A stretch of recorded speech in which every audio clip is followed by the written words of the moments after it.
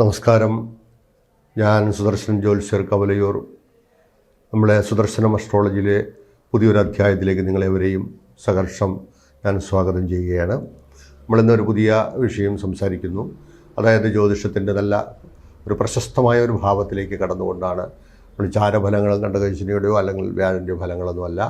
നമ്മളിന്ന് നിങ്ങളുടെ ജാതകസ്ഥിതിയിൽ ലഗ്നം കർക്കിടക ലഗ്നമായിട്ട് വരിക.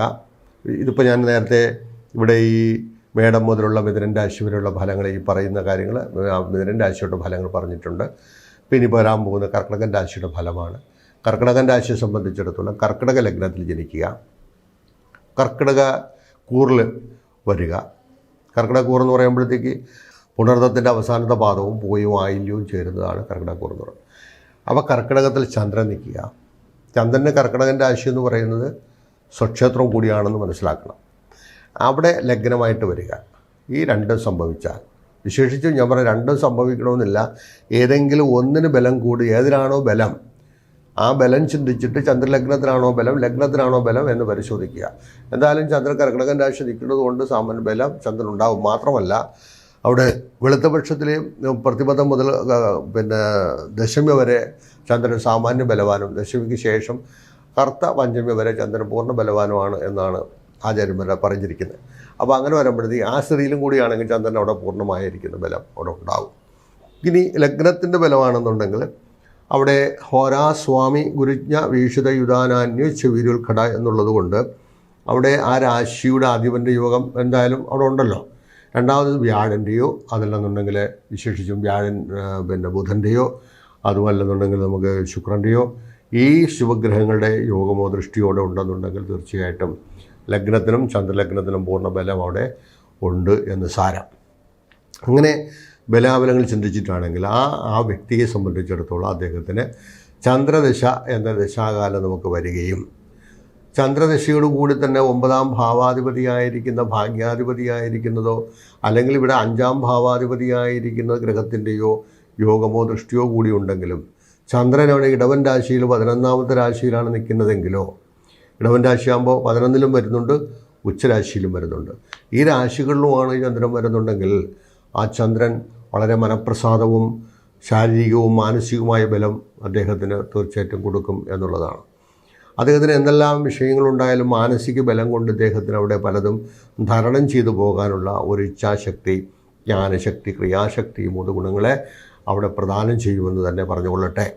അവിടെ വ്യാഴൻ്റെ യോഗമോ ദൃഷ്ടിയോ കൂടി ഉണ്ടെന്നുണ്ടെങ്കിൽ തീർച്ചയായിട്ടും ഈ ഫലങ്ങൾ, അവിടെ വ്യാഴൻ യോഗം ചെയ്ത് നിൽക്കുകയാണെങ്കിൽ ഗജകേസരി, അവിടെ ഗജകേസരി എന്നൊരു യോഗവും കൂടി അവിടെ സംഭവിക്കും. അപ്പോൾ ഗജകേസരി യോഗത്തിൻ്റെ ഫലമൊക്കെ നമ്മൾ നേരത്തെ ഞാൻ പറഞ്ഞിട്ടുണ്ട്. അതിൻ്റെ ഗജകേസരി യോഗത്തിൻ്റെ വീഡിയോ ഉണ്ട്, അത് നിങ്ങൾ എടുത്ത് നോക്കുമ്പോൾ അതിൻ്റെ വിശദ വിവരങ്ങൾ അതിനകത്ത് നിങ്ങൾക്ക് കാണാം.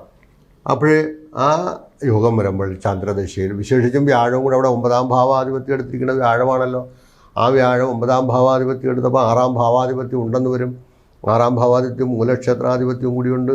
അപ്പോൾ അവിടെ ഭാഗ്യാധിപതി ആണെങ്കിലും മൂലക്ഷേത്രം 6ാം ഭാവാധിപത്യം കൂടി ഇരിക്കുമ്പോൾ ചെറിയ ഒരു പോരായ്മ സംഭവിച്ചിരുന്നാൽ തന്നെയും മൊത്തത്തിൽ നോക്കിയാൽ ആ ചന്ദ്രൻ്റെയും വ്യാഴത്തിൻ്റെയും ഫലം അവിടെ ദശാകാലങ്ങൾ അവിടെ വളരെ മേന്മയുണ്ടാക്കി കൊടുക്കുമെന്നുള്ളതാണ്.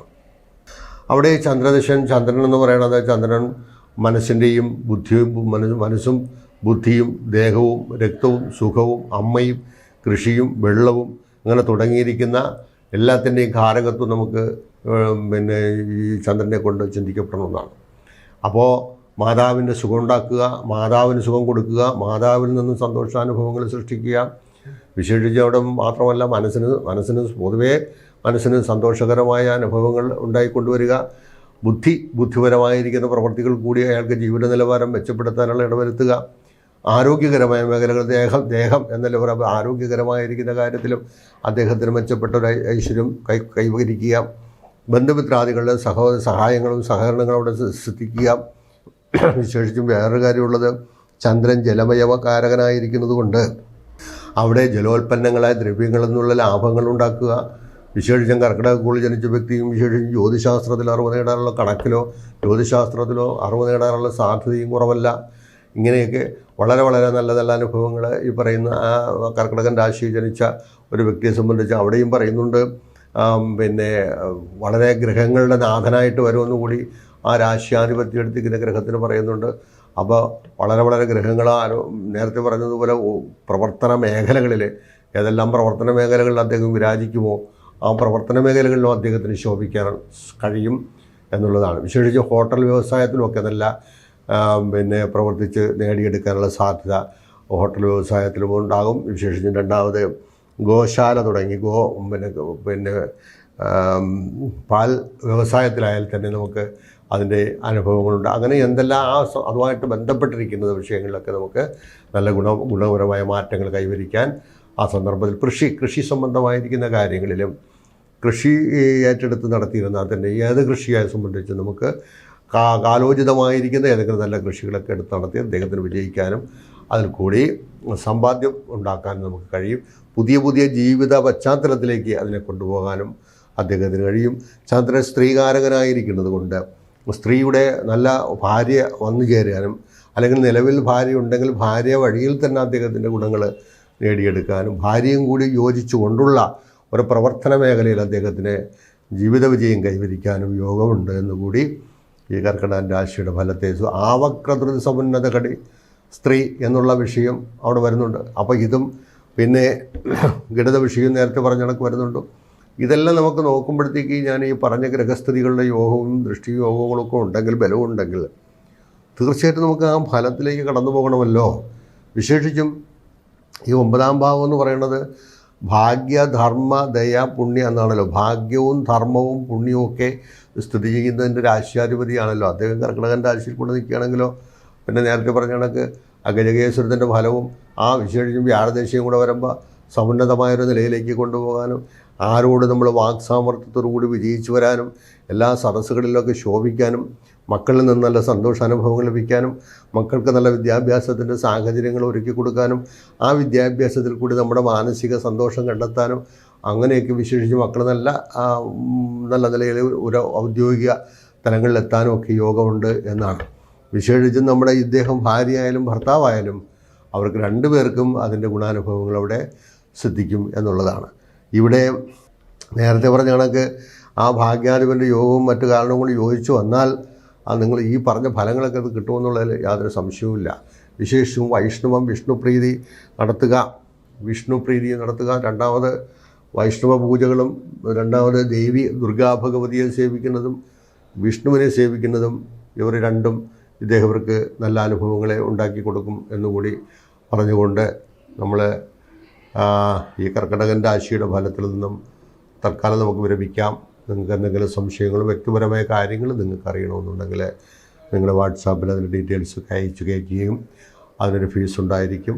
രണ്ടാമത് നിങ്ങൾക്ക് ഈ ജ്യോതിഷം പഠിക്കാനോ ജ്യോതിഷത്തിൻ്റെ തലങ്ങളെപ്പറ്റി അറിയാനോ വാസ്തു വിഷയമായാലും മന്ത്രാദികളോ അതല്ലെന്നുണ്ടെങ്കിൽ നിങ്ങൾക്ക് ആധ്യാത്മിക വിഷയങ്ങളെ സംബന്ധിച്ചോ കാര്യമുണ്ടെങ്കിൽ അതൊക്കെ നിങ്ങൾക്ക് അറിയാനും സമീപിക്കുക. അതിലെന്നുണ്ടെങ്കിൽ ഓൺലൈൻ വഴി നിങ്ങൾക്ക് പഠനം ആഗ്രഹിക്കുന്നവരാണെങ്കിൽ അത് ഓൺലൈൻ വഴിയും പഠിക്കാവുന്നതാണ്. തീർച്ചയായിട്ടും നിങ്ങൾക്ക് തിരുവിതാംകൂർ ജ്യോതിഷ പരിഷത്ത് എന്നൊരു സംഘടനയുടെ ഗവൺമെൻറ് അംഗീകരിച്ചിരിക്കുന്നതായ ഒരു സർട്ടിഫിക്കറ്റോടു കൂടി തന്നെ നിങ്ങൾക്ക് ഈ അതിൻ്റെ ഒരു സർട്ടിഫിക്കറ്റ് നമുക്ക് ലഭിക്കുന്നതുമാണ്. പക്ഷേ നമുക്കതെല്ലാം ജ്യോതിഷം പഠിച്ച് 6 മാസം കൊണ്ടോ 1 വർഷം കൊണ്ട് നേടിയെടുക്കാം എന്ന് നിങ്ങൾ വിചാരിക്കരുത്. അതെനിക്ക് നിങ്ങൾ ഒരു ജ്യോത്സ്യനാണ് എന്ന് തോന്നുമ്പോൾ മാത്രമേ ആ സർട്ടിഫിക്കറ്റൊക്കെ ഞാൻ തരുള്ളൂ. അല്ലെങ്കിൽ അത് മോഹിച്ച് മാത്രം നമ്മൾ ജ്യോതിഷം പഠിക്കണമെന്നില്ല. എന്തായാലും ജ്യോതിഷം ശാസ്ത്രീയമായി പഠിക്കാൻ ആഗ്രഹിക്കുന്നവരെ മാത്രമേ സ്വീകരിക്കുന്നുള്ളൂ. നിങ്ങൾക്ക് നല്ലത് വരട്ടെ. ഈ പറഞ്ഞ കാര്യങ്ങളെല്ലാം ചെയ്തുകൊണ്ട് പ്രാർത്ഥനയോടുകൂടി നിങ്ങൾ നീങ്ങുക. എല്ലാ ഈ ദൈവാനുകൂല്യം ഒന്നത്രേ സർവത്ര വിജയപ്രദമെന്നുള്ളത് കൊണ്ട് എല്ലാം നല്ലതായി വരട്ടെ എന്ന് പ്രാർത്ഥിച്ചുകൊണ്ട് നിർത്തുന്നു. നന്ദി, നമസ്കാരം.